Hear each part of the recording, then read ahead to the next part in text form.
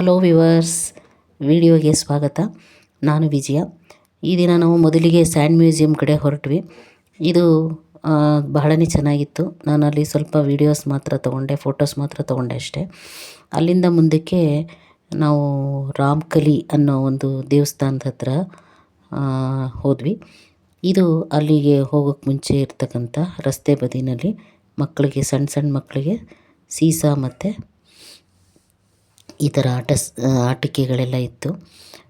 ನಮ್ಮಲ್ಲಿ ಯಾರೂ ಅಷ್ಟು ಚಿಕ್ಕ ಮಕ್ಕಳು ಇಲ್ಲದೆ ಇರೋದ್ರಿಂದ ನಾವು ಬರೀ ಆ ಕಡೆ ಈ ಕಡೆ ಅಂಗಡಿಗಳನ್ನ ನೋಡ್ಕೊಳ್ತಾ ಮುಂದೆ ಪ್ರಯಾಣ ಮಾಡಿದ್ವಿ.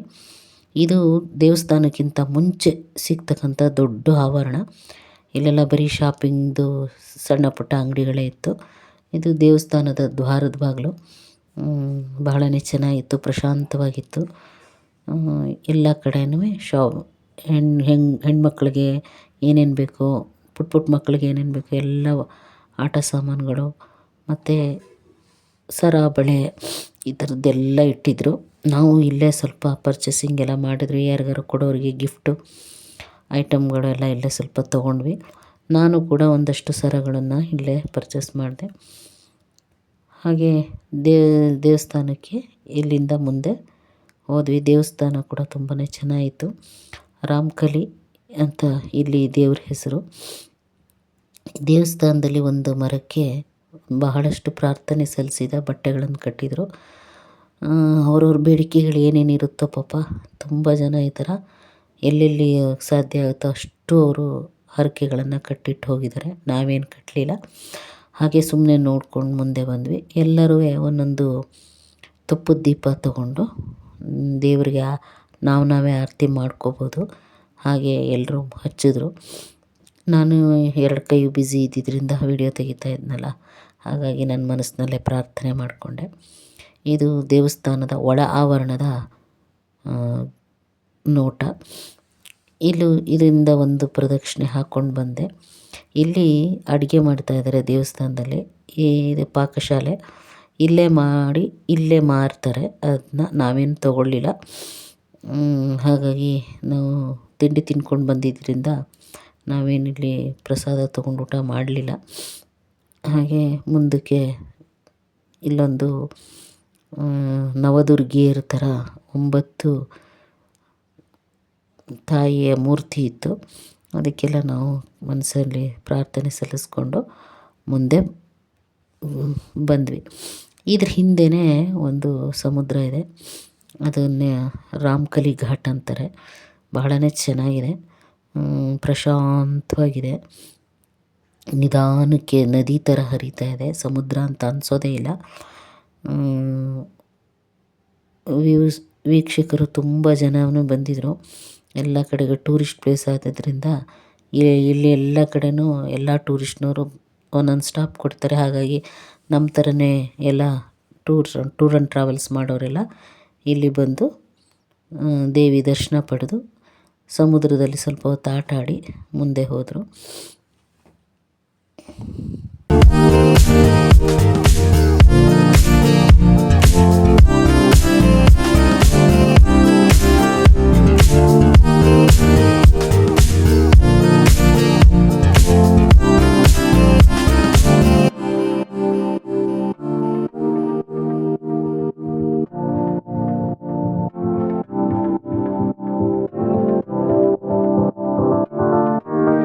ಶಕ್ತಿ ಇದ್ದ ಕಡೆ ಶಿವ ಇದ್ದೇ ಇರ್ತಾರೆ, ಶಿವ ಇದ್ದ ಕಡೆ ಶಕ್ತಿ ಇದ್ದೇ ಇರುತ್ತೆ. ಹಾಗಾಗಿ ಇಲ್ಲೊಂದು ಸಣ್ಣ ಶಿವನ ಗುಡಿ ಇತ್ತು. ಅಲ್ಲಿ ಕೂಡ ನಾವು ನಮಸ್ಕಾರ ಮಾಡಿಕೊಂಡು ಮುಂದೆ ಸಮುದ್ರ ತೀರದ ಕಡೆ ಹೊರಟ್ವಿ. ಎಲ್ಲರೂ ಸಮುದ್ರ ಕೂಡ ನಾವು ಮುಟ್ಟಿ ನಮಸ್ಕಾರ ಮಾಡಿಕೊಂಡು ಈ ಹರಕೆ ಮರಕ್ಕೂ ನಮಸ್ಕಾರ ಮಾಡಿಕೊಂಡು ನಮ್ಮ ಆಸೆ ಆಕಾಂಕ್ಷೆಗಳನ್ನು ಈಡೇರಿಸಮ್ಮ ಅಂತ ಮನಸ್ಸಲ್ಲೇ ಪ್ರಾರ್ಥನೆ ಮಾಡಿಕೊಂಡು ಮುಂದೆ ನಾವು ನೋಡಬೇಕಾದ ಸ್ಥಳಕ್ಕೆ ಬಂದ್ವಿ. ಇಲ್ಲಿ ಕೂಡ ತುಂಬಾ ಹಸಿರಿಂದ ಬಹಳ ಚೆನ್ನಾಗಿ ಮೇಂಟೆನೆನ್ಸ್ ಮಾಡಿದರು. ಒಂದು ಚೂರು ಗಲೀಜಿಲ್ಲ, ಎಲ್ಲ ಕ್ಲೀನಾಗಿ ಹಸಿರು ಲಾನ್ ಎಲ್ಲ ಮಾಡಿದರು. ಬಟ್ ಒಳಗೆ ಹೋಗೋಕ್ಕೆ ಪ್ರವೇಶ ಇರಲಿಲ್ಲ. ಸುತ್ತ ಬೇಲಿ ಹಾಕಿದ್ರಿಂದ ನಾವು ಆ ಕಡೆ ಹೋಗಲೂ ಇಲ್ಲ. ಸುಮ್ಮನೆ ನೋಡೋಕ್ಕೆ ಭಾಳ ಚೆನ್ನಾಗಿತ್ತು. ಸಮುದ್ರ ನೋಡಿಕೊಂಡು ಹಾಗೆ ಎಲ್ಲ ಜ್ಯೂಸ್ ಕುಡಿಯೋರು, ಐಸ್ ಕ್ರೀಮ್ ತಿನ್ನೋರು ಶಾಪಿಂಗ್ ಮಾಡೋದು ಎಲ್ಲ ಮಾಡ್ಕೊಂಡ್ವಿ. ಸ್ವಲ್ಪ ಹೊತ್ತು ಕೊಟ್ಟಿದ್ದರು ಟೈಮು.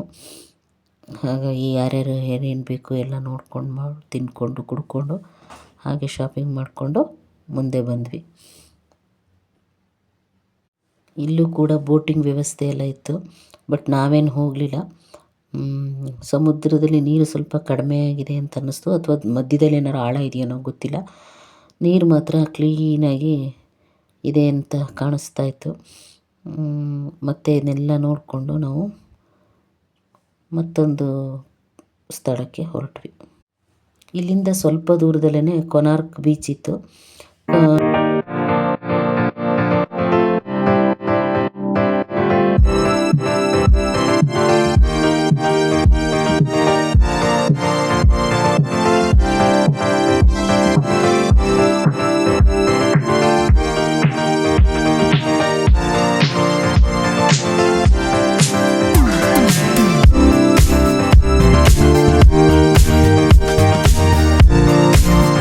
ಇದೇ ಅದು ಕೊನಾರ್ಕ್ ಬೀಚ್ ಎಂಟ್ರೆನ್ಸ್ ದ್ವಾರ.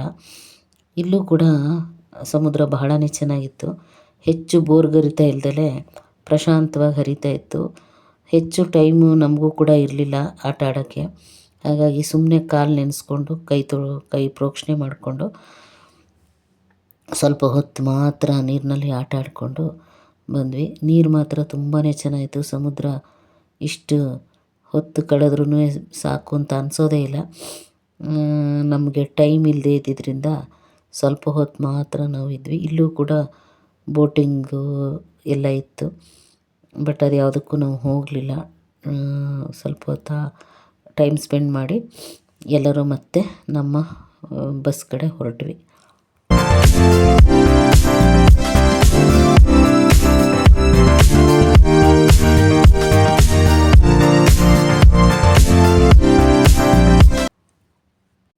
ಹಾಗೆ ನಮ್ಮ ಬಸ್ನವನು ಈ ಒಂದು ಹೋಟೆಲ್ಗೆ ಕರ್ಕೊಂಬಂದ. ಹೋಟ್ಲೇನೋ ಚೆನ್ನಾಗಿತ್ತು, ಊಟ ಪರವಾಗಿಲ್ಲ ಅನ್ನಿಸ್ತು. ಇನ್ನು ವಿಧಿ ಇಲ್ಲ, ಅವ್ರು ಎಲ್ಲಿ ಕರ್ಕೊಂಡು ಹೋಗ್ತಾರೋ ಟ್ರಾವೆಲ್ನವರು ಅಲ್ಲೇ ನಾವು ತಿನ್ನಬೇಕಾಗತ್ತೆ. ಹಾಗೆ ತಿಂದ್ಕೊಂಡು ನೆಕ್ಸ್ಟ್ ನಾವು ಹೊರಟು ಅಲ್ಲೇ ಹತ್ತಿರದಲ್ಲೇ ನಡ್ಕೊಂಡೇ ಹೋಗ್ಬೋದು ಅಂತ ಹೇಳಿದ್ರು. ಹಾಗಾಗಿ ಕೊನಾರ್ಕ್ ದೇವಾಲಯದ ಕಡೆಗೆ ಹೊರಟ್ವಿ. ಎರಡೂ ರಸ್ತೆ ಬದಿಯಡಿ ಪಕ್ಕನೂ ಬಹಳಷ್ಟು ಅಂಗಡಿಗಳು, ಟೀ ಸ್ಟಾಲ್ ಇರ್ಬೋದು, ಕಾಫಿ ಸ್ಟಾಲ್ ಇರ್ಬೋದು, ಜ್ಯೂಸು, ಶಾಪಿಂಗ್ ಮಾಲ್ಗಳು. ಏನು ತೊಗೊಳೋದು ಏನು ಬಿಡೋದು ಅನ್ನೋದೇ ಇಲ್ಲ. ಪ್ರತಿಯೊಂದು ಮನೆಗೆ ಬೇಕಾಗುವಂಥ ಐಟಮ್ಗಳೆಲ್ಲ, ದೇವರ ವಿಗ್ರಹಗಳು, ಹಾಗೆ ಮನೆಗೆ ಬೇಕಾದಂತಹ ಸಣ್ಣ ಪುಟ್ಟ ಶೋಕೇಸಲ್ಲಿಡೋದು ಬ್ಯಾಗ್ ಅಂತೂ ಲೆಕ್ಕನೇ ಇಲ್ಲ, ಅಷ್ಟು ಮಾಲ್ಗಳಿದ್ದು. ನನಗೆ ಶೂಟಿಂಗ್ ಮಾಡಿ ಸಾಕಾಗಿ ನಾನು ಸ್ವಲ್ಪ ನೋಡ್ಕೊಳ್ತಾನೆ ಮುಂದಕ್ಕೆ ಹೋದೆ. ಫೋನ್ ಆಫ್ ಮಾಡಿ ಮತ್ತೆ ಹಾಗೆ ಇದೆಲ್ಲ ಆಲ್ಮೋಸ್ಟ್ ಎಲ್ಲ ಕಡೆನೂ ಇರುತ್ತೆ, ಬಟ್ ಇಲ್ಲಂತೂ ತುಂಬಾ ಜಾಸ್ತಿ ಇತ್ತು ಶಾಪಿಂಗ್ ಮಾಲ್ಗಳು. ಬಾದಾಮಿ, ಗೋಡಂಬಿ, ಗಸಗಸೆ ಎಲ್ಲ ಪ್ರತಿಯೊಂದು ಮಾರ್ತಾಯಿದ್ರು. ಯಾರ್ಯಾರಿಗೆ ಏನೇನು ಬೇಕೋ ಎಲ್ಲನೂ ತೊಗೊಂಡ್ವಿ. ನಾವು ಕೂಡ ದೇವಸ್ಥಾನದ ಹತ್ತತ್ರಕ್ಕೆ ಬಂದ್ವಿ. ಟಿಕೆಟ್ ತೊಗೊಂಡು ದೇವಾಲಯಕ್ಕೆ ಎಂಟ್ರಿ ಕೊಟ್ವಿ. ದೇವಾಲಯ ಮಾತ್ರ ತುಂಬಾ ಚೆನ್ನಾಗಿದೆ. ಎಲ್ಲ ಹಾಳು ಮಾಡಿದ್ರು, ಇನ್ನೂ ಗಟ್ಟಿಮುಟ್ಟಾಗಿ ಚೆನ್ನಾಗಿದೆ. ದೇವ್ರ ವಿಗ್ರಹ ಇಲ್ಲ ಅನ್ನೋದೊಂದು ಕೊರತೆ ಬಿಟ್ಟರೆ ಬಾಕಿದೆಲ್ಲ ಸುತ್ತ ಸೀನರಿ ಇರ್ಬೋದು, ಮೇಂಟೆನೆನ್ಸ್ ಇರ್ಬೋದು, ಗಿಡ ಮರಗಳಿರ್ಬೋದು, ಬಹಳ ಚೆನ್ನಾಗಿತ್ತು. ಬಹಳ ಕ್ಲೀನಾಗಿ ಮೇಂಟೈನ್ ಮಾಡಿದ್ದಾರೆ. ಮರ ಗಿಡಗಳನ್ನೆಲ್ಲ ಹಸಿರಾಗಿಡೋಕ್ಕೆ ಸಾಧ್ಯವಾದಷ್ಟು ಪ್ರಯತ್ನ ಮಾಡಿದ್ದಾರೆ. ಇಷ್ಟು ಜನಜಂಗುಳಿ ಜಾತ್ರೆಯಲ್ಲೂ ಕೂಡ ಮೇಂಟೆನೆನ್ಸ್ಗೆ ಭಾಳ ಪ್ರಾಮುಖ್ಯತೆ ಕೊಟ್ಟಿದ್ದರು. ಹಾಗೆ ದೇವಸ್ಥಾನದ ಗೋಪುರ ಮಾತ್ರ ನಾನು ತಗೊಂಡೆ. ಅಲ್ಲೂ ಕೂಡ ದೇವರು ಪೂರಿನಲ್ಲಿ ಪ್ರತಿಷ್ಠಾಪನೆ ಮಾಡಿದ್ದರಿಂದ ಸೂರ್ಯನ ವಿಗ್ರಹ ಒಂದಿಲ್ಲ ಅನ್ನೋದನ್ನು ಬಿಟ್ಟರೆ ದೇವಸ್ಥಾನಕ್ಕೆ ಬರೋರು ಸಂಖ್ಯೆ ಮಾತ್ರ ಏನು ಕಡಿಮೆ ಇರಲಿಲ್ಲ. ಸೂರ್ಯ ಭಗವಾನ್ದು ವಿಗ್ರಹ ಇಲ್ಲದೆ ಹೋದ್ರೇನು ನಾನೇ ಸೂರ್ಯ ಪ್ರತ್ಯಕ್ಷವಾಗಿದ್ದೀನಲ್ಲ ಅಂತ ಹೇಳಿ ನಮ್ಮ ನಿಜವಾದ ಸೂರ್ಯ ನಮಗೆ ದರ್ಶನ ಕೊಟ್ಟ ಅನ್ನೋ ಥರ ಸಂಜೆ 5:15ಗೆ ಸೂರ್ಯನೇ ನೋಡ್ದಂಗಾಯಿತು. ಅದನ್ನು ಕೂಡ ನಾನು ಸೂರ್ಯ ದೇವಸ್ಥಾನದ ಪಕ್ಕನೇ ಸೂರ್ಯ ಬಂದಿದ್ದರಿಂದ ನಮಗೆ ದರ್ಶನ ಕೊಟ್ಟ ಅನ್ನೋ ಒಂದು ಫೀಲಿಂಗ್ಸು ಮನಸ್ಸಿಗೆ ಬಂತು. ತುಂಬಾ ಚೆನ್ನಾಗಿದೆ. ಹೊಸದಾಗಿ ಮದುವೆ ಆದವರು, ಜೋಡಿ ಜೋಡಿ ಹಕ್ಕಿಗಳ ಹಾಗೆ ಬಂದು ತುಂಬ ಟೈಮ್ ಸ್ಪೆಂಡ್ ಮಾಡಿಕೊಂಡು, ಟೂರಿಸ್ಟ್ ಪ್ಲೇಸ್ ಅಲ್ವಾ, ಎಲ್ಲ ಚೆನ್ನಾಗಿತ್ತು. ಮಾತ್ರ ಹತ್ತಕ್ಕೆ ಮಾತ್ರ ತುಂಬಾ ಇದು ಬೇಕು. ಒಂದೊಂದು ಸ್ಟೆಪ್ಪು ಬಹಳ ಎತ್ತೆತ್ತರವಾಗಿದೆ. ಕಷ್ಟಪಟ್ಟು ಕೆಲವ್ರು ಹತ್ತಿದ್ರು, ಇನ್ನು ಕೆಲವ್ರಿಗೆ ಆಗಲಿಲ್ಲ. ಕೆಳಗಡೆನೇ ಇದು ಮಾಡಿಕೊಂಡು ನೋಡ್ಕೊಂಡು ಕೈ ಮುಕ್ಕೊಂಡು ಹೋದರು. ಕಲ್ಲಿನ ವಿಗ್ರಹಗಳು ಬಹಳ ಚೆನ್ನಾಗಿತ್ತು. ಇನ್ನು ನೆಕ್ಸ್ಟ್ ನಮ್ಮ ಮುಂದಿನ ಜನ್ರೇಷನ್ಗೆ ಇದನ್ನು ಹಾಗೆ ಕಾಪಾಡ್ಕೊಂಡು ಬರಬೇಕು. ಎಲ್ಲ ಭಿನ್ನ ಆಗಿದೆ ಕೆಲವು ಕಡೆ, ಆದರೂ ಪರವಾಗಿಲ್ಲ, ಇರೋದರಲ್ಲಿ ಮೇಂಟೈನ್ ಮಾಡ್ಕೊಂಡು ಹೋಗಬೇಕು. ನೋಡಿ ಒಂದೊಂದು ಮೆಟ್ಲು ಎಷ್ಟು ಕಷ್ಟಪಟ್ಟು ಹತ್ತುತ್ತಾ ಇದ್ದಾರೆ ಎಲ್ಲರೂ. ತುಂಬ ಎತ್ತರ, ಬಟ್ ನಾನು ಹೋಗಿದ್ದಕ್ಕೆ ಎಷ್ಟೇ ಕಷ್ಟ ಆದರೂ ನೋಡಲೇಬೇಕು ಅಂಥೇಳಿ ಸುತ್ತ ಒಂದು ಪ್ರದಕ್ಷಿಣೆ ಹಾಕಿ ಮನಸಾರೆ ಕೈ ಮುಗಿದು ದೇವರಿಗೆ ಬಂದ್ವಿ. ಇದೇ ಆವರಣದಲ್ಲಿ ಶನಿ ಮಹಾತ್ಮರ ದೇವಸ್ಥಾನ ಕೂಡ ಇತ್ತು. ಅದು ಕೂಡ ಬನ್ನಿ ಬನ್ನಿ ಬನ್ನಿ ಅಂತ ಪುರೋಹಿತರೆಲ್ಲ ಕರೀತಾನೇ ಇದ್ದರು. ಅಪ್ಪ ಮಗ ಒಂದೇ ಕಾಂಪೌಂಡ್ ಒಳಗಡೆ ಇದ್ದಾರೆ. ಹಾಗಾಗಿ ನಮಗೆ ದೂರದಲ್ಲೇ ಕೈ ಮುಗಿದು ಮುಂದೆ ಹೋದ್ವಿ. ಎಲ್ಲಿ ನೋಡಿದ್ರು ವಿಡಿಯೋ, ಎಲ್ಲಿ ನೋಡಿದ್ರು ಶೂಟಿಂಗು, ಎಲ್ಲಿ ನೋಡಿದ್ರು ಫೋಟೋಗ್ರಫಿ. ಹಾಗೆ ನಮ್ಮ ಸೂರ್ಯ ಸ್ವಲ್ಪನೇ ಕೆಳಗಡೆ ಸೆಟ್ ಆಗ್ತಾಯಿದ್ರು. ದರ್ಶನ ನೀಡಿದ್ರು. ಆ ಸೆಟ್ಟಿಂಗ್ನ ನಾನು ನಮಗೆ ಎಷ್ಟು ಸಾಧ್ಯನೋ ನನ್ನ ಫೋನಲ್ಲಿ ಅಷ್ಟು ಕ್ಯಾಮ್ರಾದಲ್ಲಿ ಸೆರೆ ಹಿಡಿದೆ. ಎಲ್ಲ ಯಾರ ಕೈಲಿ ನೋಡು ಮೊಬೈಲು, ಯಾರ ಕೈಲಿ ನೋಡು ಕ್ಯಾಮ್ರಾ, ಎಲ್ಲರೂ ಫೋಟೋ ತೊಗೊಳ್ಳೋದೇನೆ. ಅಷ್ಟು ಚೆನ್ನಾಗಿತ್ತು ಅಲ್ಲಿ ವ್ಯೂಸು. ಎಲ್ಲರಿಗೂ ಒಂದು ನೆನಪು ಇದು. ಇಂಥ ಕಟ್ಟಡದ ಹತ್ರ ಒಂದೊಂದು ಫೋಟೋ ತೆಗೆಸ್ಕೊಂಡ್ರೆ ನಮ್ಮ ಫೋಟೋಗಳು ಕೂಡ ತುಂಬ ಚೆನ್ನಾಗಿ ಬರುತ್ತೆ ಅಂತ. ನಾನೇನು ತೆಗೆಸ್ಕೊಳ್ಳಿಲ್ಲ, ಏಕೆಂದರೆ ಆಲ್ರೆಡಿ ಶರೀರಕ್ಕೆ, ಧ್ವನಿಗೆ ಮತ್ತು ನಮಗೆಲ್ರಿಗೂ ಸ್ವಲ್ಪ ಸ್ಟ್ರೈನ್ ಆಗಿದ್ದರಿಂದ ನಾವು ಬರೀ ವೀಡಿಯೋ ಅಷ್ಟೇ ತೊಗೊಂಡೆ. ಇದೊಂದು ಅರಳಿ ಮರ, ಸುತ್ತ ಎಷ್ಟು ನೀಟಾಗಿ ಮೇಂಟೈನ್ ಮಾಡಿದ್ದಾರೆ ನೋಡಿ. ಒಂದು ಚೂರು ಕಸ ಇಲ್ಲ, ಅಲ್ಲಲ್ಲೇ ಕ್ಲೀನ್ ಮಾಡ್ಕೊಳ್ತಾ ಇದ್ದರು.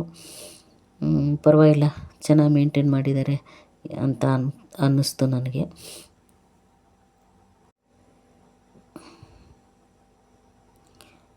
ಇದು ಸೂರ್ಯ ಭಗವಾನ ದೇವಸ್ಥಾನದ ಪಕ್ಕದಲ್ಲೇ ಶನಿ ದೇವರ ದೇವಸ್ಥಾನ ಕೂಡ ಇದೆ.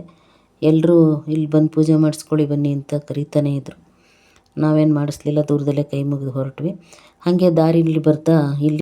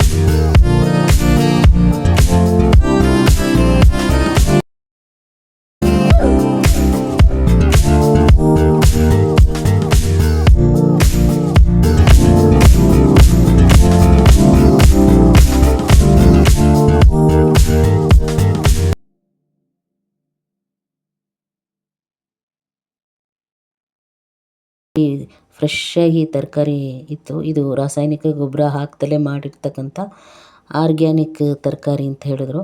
ನಮಗೆ ನೋಡಿ ಎಲ್ರಿಗೂ ಇಷ್ಟ ಆಯಿತು. ಭಾಳ ಹಸಿರಾಗಿತ್ತು, ನಾಟಿ ತರಕಾರಿ ಅಂತ ಹೇಳಿ ಸ್ಥಳದಲ್ಲೇ ಬೆಳೆದ ತರಕಾರಿಗಳು ಚೆನ್ನಾಗಿರುತ್ತೆ ಅಂಥೇಳಿ ಎಲ್ಲರೂ ತಗೊಂಡ್ವಿ. ನಾವು ಕೂಡ ಒಂದು 200-300 ರೂಪಾಯಿಗೆಲ್ಲರೂ ತೊಗೊಂಡ್ವಿ. ನೋಡಿ ಎಷ್ಟು ಹಸಿರಾಗಿದೆ, ತುಂಬ ಚೆನ್ನಾಗಿ ಕಾಣಿಸ್ತು. ಹಾಗಾಗಿ ಎಲ್ಲರೂ ಎಷ್ಟು ಸಾಧ್ಯನೋ ಅಷ್ಟು ಅವ್ರವ್ರ ಕೈಲಿ ಸಾಮರ್ಥ್ಯ ಇರೋಷ್ಟು ಹಿಡ್ಕೊಂಡ್ರು. ಇಲ್ಲಿಗೆ ವ್ಲಾಗ್ನ ಎಂಡ್ ಮಾಡ್ತಾಯಿದ್ದೀನಿ. ವಿಡಿಯೋ ನೋಡೋರೆಲ್ಲರೂ ಸಬ್ಸ್ಕ್ರೈಬ್ ಮಾಡ್ಕೊಂಡು ನೋಡಿ, ಲೈಕ್ ಮಾಡಿ, ಶೇರ್ ಮಾಡಿ, ಸಬ್ಸ್ಕ್ರೈಬ್ ಮಾಡಿ ವಿಡಿಯೋ ನೋಡಿ ಅಂತ ಹೇಳ್ತಾ ನಮಸ್ಕಾರ.